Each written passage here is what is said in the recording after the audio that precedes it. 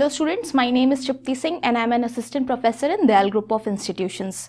The topic which I am going to explain you all is discharge or termination of contract. This topic comes under the subject of business laws. Now the meaning of discharge of contract or termination of contract is a contract is said to be discharged when it ceases to exist and operate and there remains no obligation to perform under it. The parties remain no more liable under the discharged contract. Thus, due to discharge, the contractual relations between the parties to a contract comes to an end.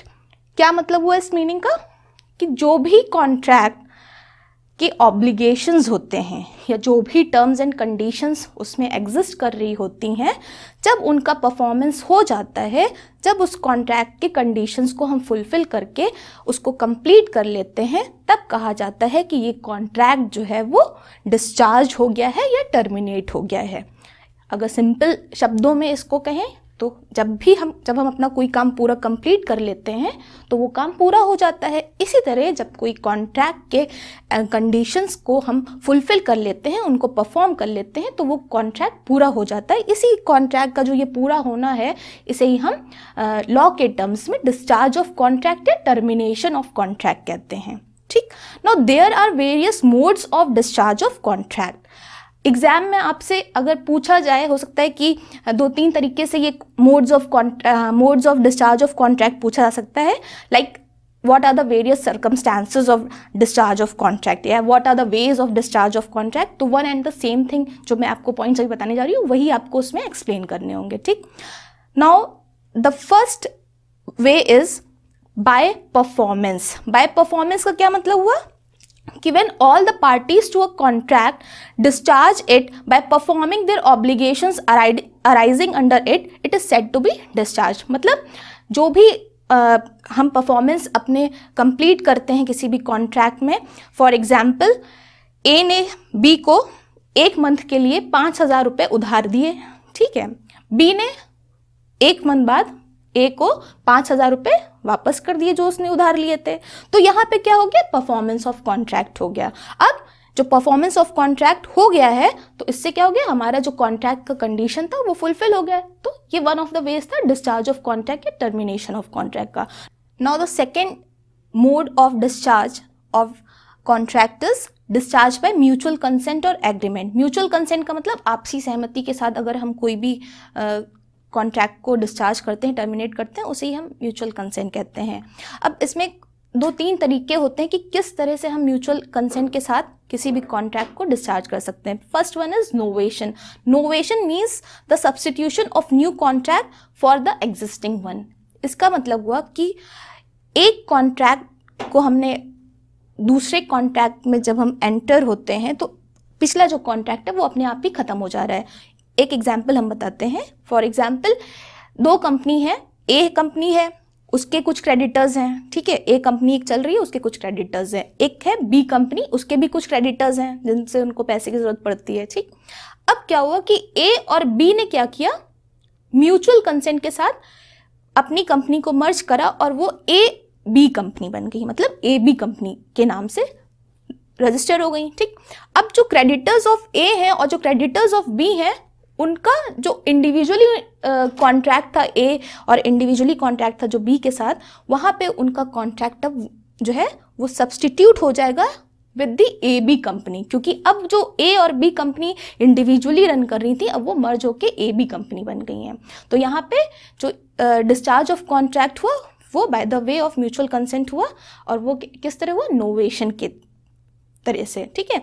मतलब substitute हो गया in a new contract for the existing one. Now the second way is remission. Remission का मतलब होता है excuse या माफ़ कर देना. एग्जाम्पल इसका क्या हो सकता है? जैसे ए ने बी को 10,000 रुपये दिए थे उधार पे. ठीक है. और कहा था कि आप इसको 4-5 महीने में हमको आराम से वापस कर देना. बी ने क्या किया कि 8,000 रुपये, मतलब टाइम ओवर होने के पहले 8,000 रुपये उनको पे कर दिया.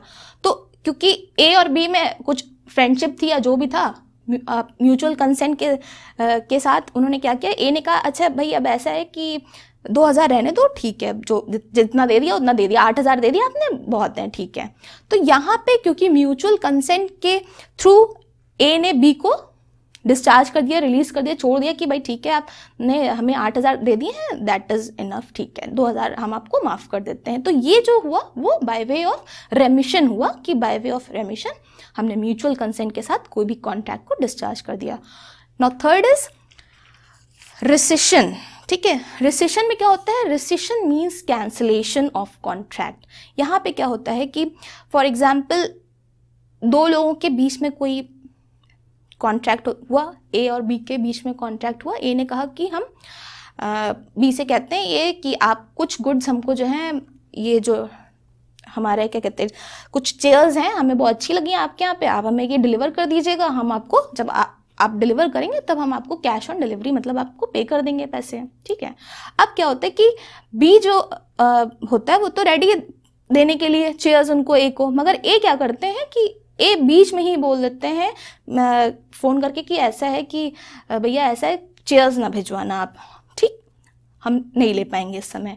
तो ये जो कॉन्ट्रैक्ट हुआ यहाँ पे वो म्यूचुअल कंसेंट के साथ डिस्चार्ज हो गया। मतलब ए को जब वो लेना ही नहीं है चेयर तो फिर कैश ऑन डिलीवरी की बात ही नहीं आएगी। ठीक, तो यहाँ पे म्यूचुअल कंसेंट के साथ कॉन्ट्रैक्ट डिस्चार्ज हो जाएगा। अब ये थे जो 3 पॉइंट्स मैंने बताए वो थे डिस्चार्ज बाय म्यूचुअल कंसेंट में। अब जो थर्ड मोड ऑफ डिस्चार्ज होगा वो होगा discharge by lapse of time.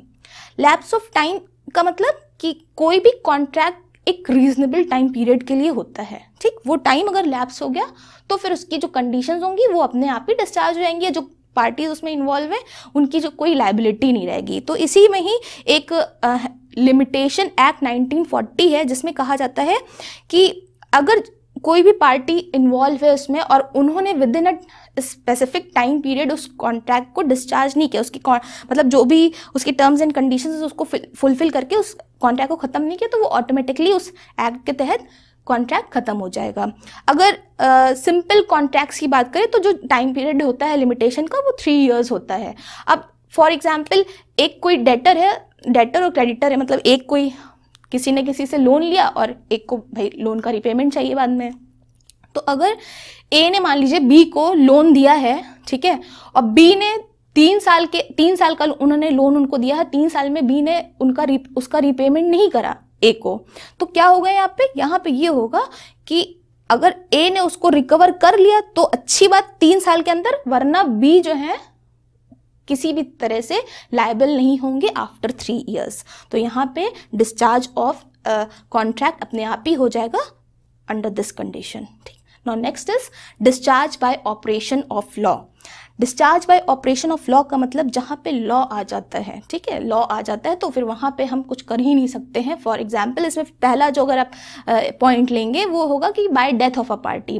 अब किसी पार्टी की डेथ ही हो गई मान लीजिए उससे कॉन्ट्रैक्ट में जो इन्वॉल्व है, तब आप क्या कर सकते हैं, कुछ नहीं कर सकते हैं, वहाँ पे आपका कॉन्ट्रैक्ट अपने आप ही डिस्चार्ज हो जाएगा।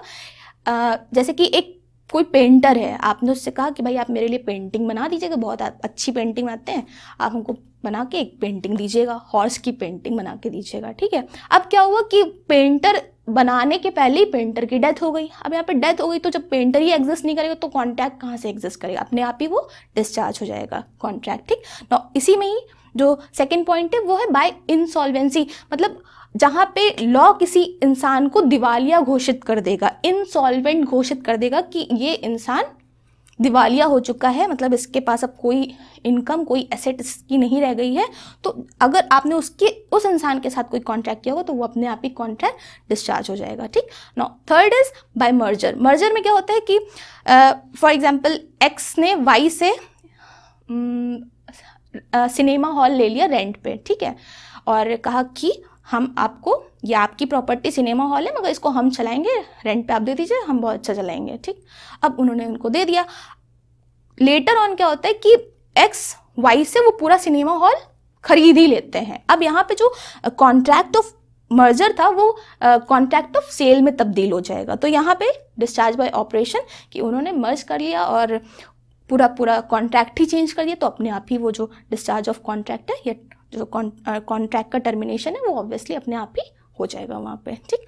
Now next is discharge by breach of contract. Breach of contract का मतलब क्या होता है?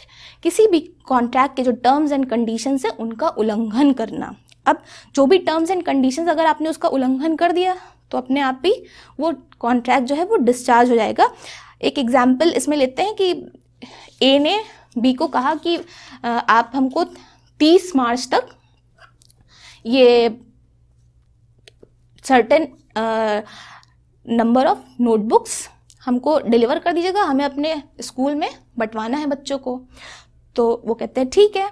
अब क्या होता है कि 30 मार्च के पहले 15 फेब को ए बोल रहे हैं उनसे कि ये ऐसा है कि हमको इसकी ज़रूरत नहीं है और वो हम कहीं और से देख लेंगे, या कुछ भी उन्होंने बता दिया उनको बी को। अब ये जो कॉन्ट्रैक्ट यहाँ पे हुआ, यहाँ पे ऑलरेडी आपने एक कॉन्ट्रैक्ट कर रखा था, उसके बीच में आप उसके टर्म्स एंड कंडीशंस को उल्लंघन कर रहे हैं, ब्रीच कर रहे हैं, तो वो भी कॉन्ट्रैक्ट क्या होगा? डिस्चार्ज हो जाएगा। अब यहाँ पे जो डिफॉल्टिंग पार्टी है उसकी भी कुछ रेमेडीज उसको मिलेगी, जो भी उसका नुकसान हुआ है उसमें, मगर फिलहाल जो ये कॉन्ट्रैक्ट है वो वहीं पर डिस्चार्ज होएगा, क्योंकि अगला बंदा लेने के लिए तैयार ही नहीं है आपके नोटबुक्स और जो आपको उसने ऑर्डर दिया था, ठीक। तो अपने आप ही वो कॉन्ट्रैक्ट टर्मिनेट हो जाएगा। Now next mode is discharge by impossibility of performance, ठीक।